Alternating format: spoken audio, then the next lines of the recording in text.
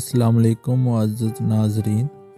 فکر کے درخت کو صبر کا پانی دیتے رہنا چاہیے تاکہ آنے والی نسلیں خوشحال زندگی بسر کر سکیں۔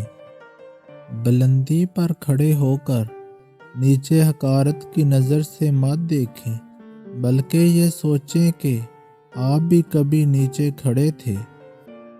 گھڑی کی ٹک ٹک کو معمولی مت سمجھو، یہ زندگی کے درخت پر کلہاڑی کے وار ہیں۔ اعتبار ضرور کریں دوسروں پر، لیکن کسی کو موقع نہ دیں کہ وہ آپ کو اندھا سمجھنے لگے۔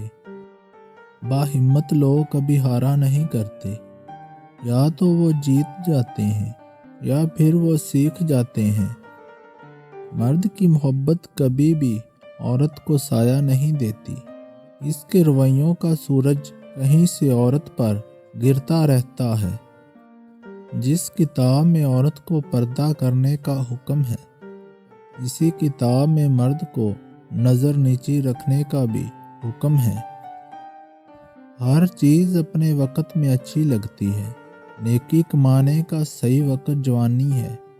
ہم نیکی اس وقت کرتے ہیں جب برائیاں کرنے کے قابل نہیں رہتے۔ ایک پریشانی اور دوسرے پریشانی کے درمیان فاصلے کو زندگی کا امن کہتے ہیں۔